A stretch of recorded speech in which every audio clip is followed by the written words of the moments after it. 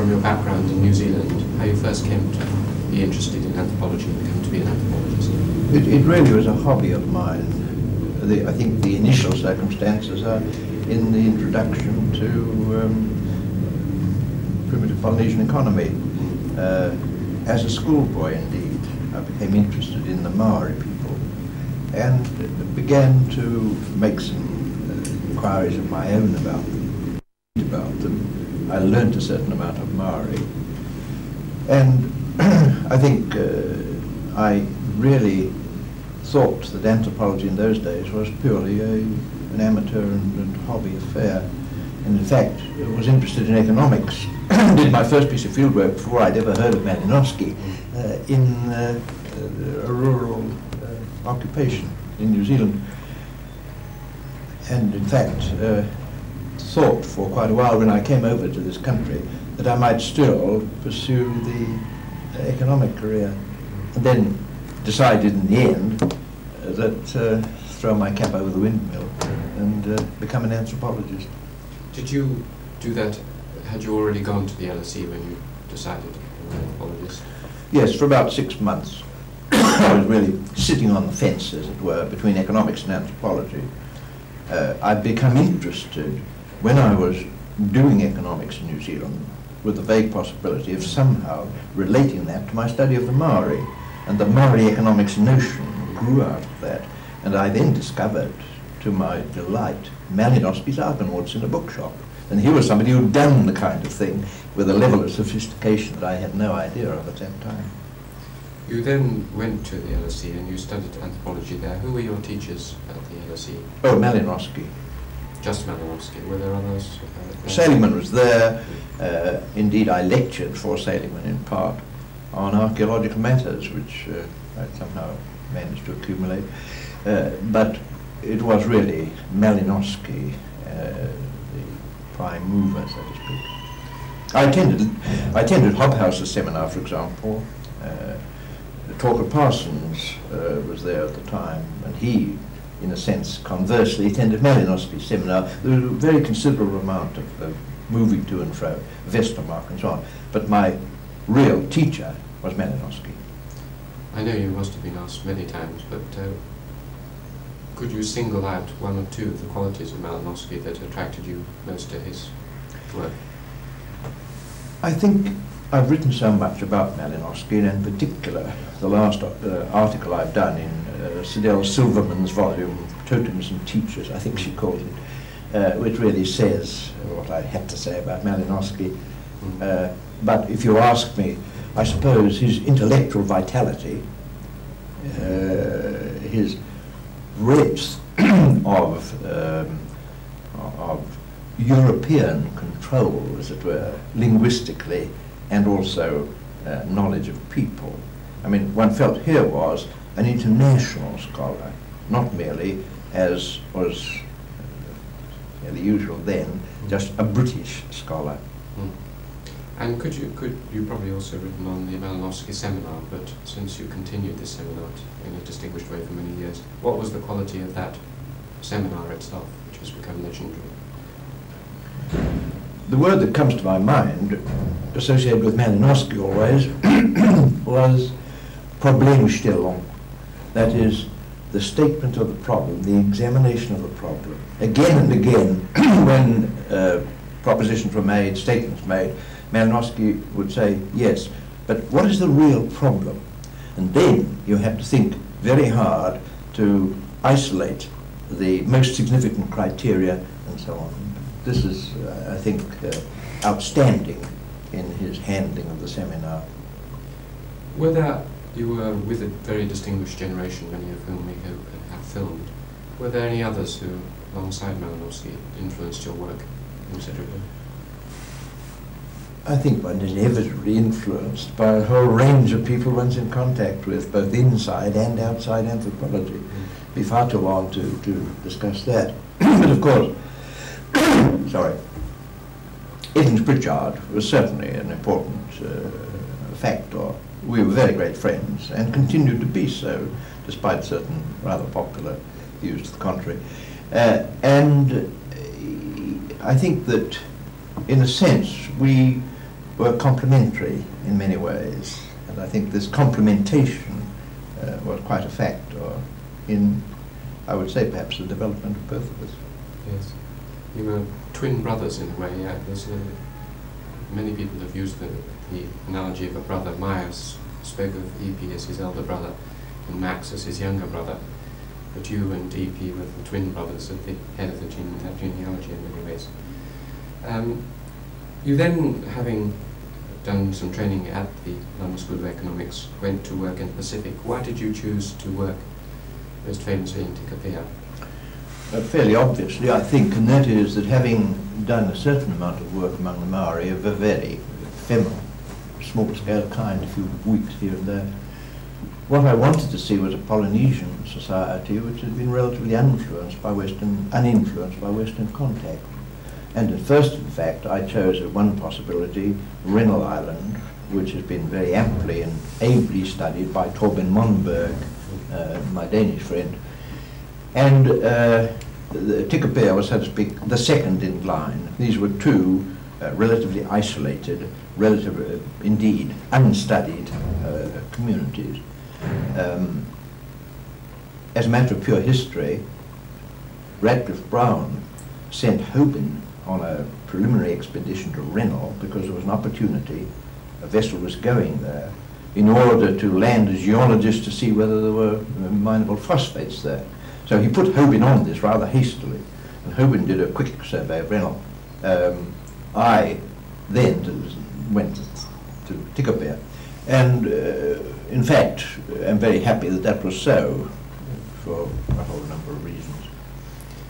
You've written enormously on Tikopia and elsewhere, but if it's possible, just to summarise, what, looking back, struck you most as perhaps in the traditional culture shock idea about Tikopia? And what are the central features that interested you? What was the problem, putting it in Malinowski's way?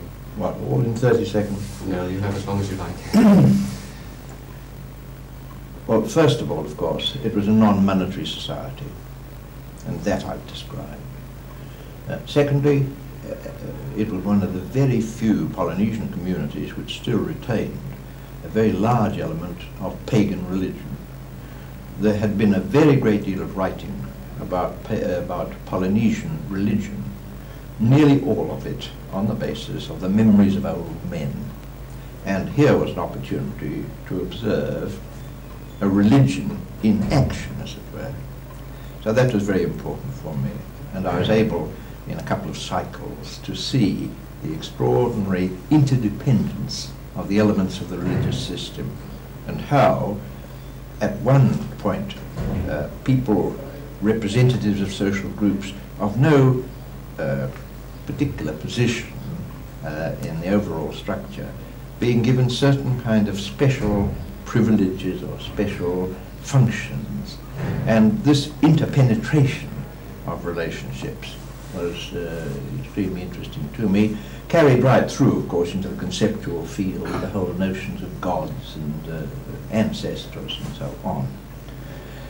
And I think also, how shall I put it, that it taught me certain things. Among other things, I think it allowed me to express my sense of rhythm in dancing in a way that I hadn't been able to do before. It also taught me something about the notions of reciprocity, about the delicacy of the whole process of reciprocity. And it, I think, also taught me how the kinds of bonds that one forms in a community of that kind can never be really ultimately severed if you have any kind of sense of responsibility.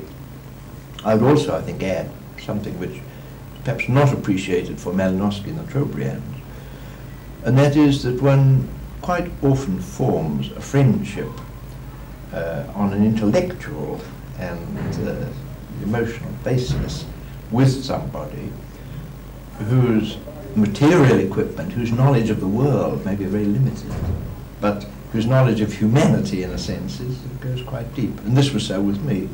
I had one or two, but one particular very good friend there, as Malinowski had one particular good friend in the Trobriands. Could you say something about that person? Or have you written about him? Or? Yes, I have. Joseph Casagrande published a book called In the Company of Man, and there are some excellent essays there. There's one by Stanner, a very moving account of his relations with an Australian Aborigine. And I have done this on the, my friend Pawhenotara, the essay is there.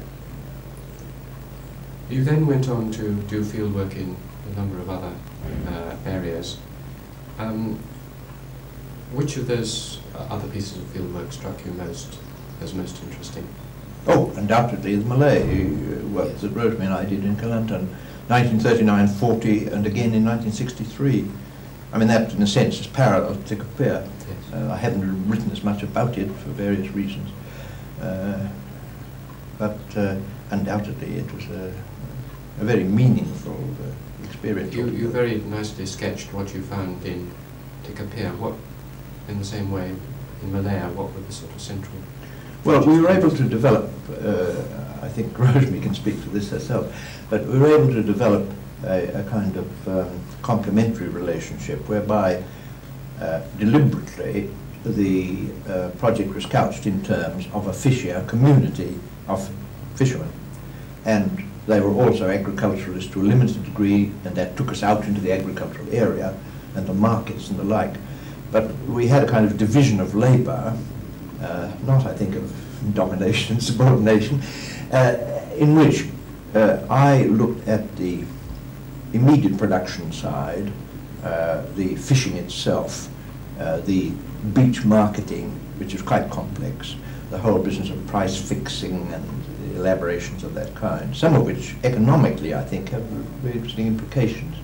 Whereas Rosemary devotes herself to the domestic economy, and I think did a piece of work which has not been parallel to any great degree subsequently. And in that way, we were able to share our experiences, comment one upon the other, and so on.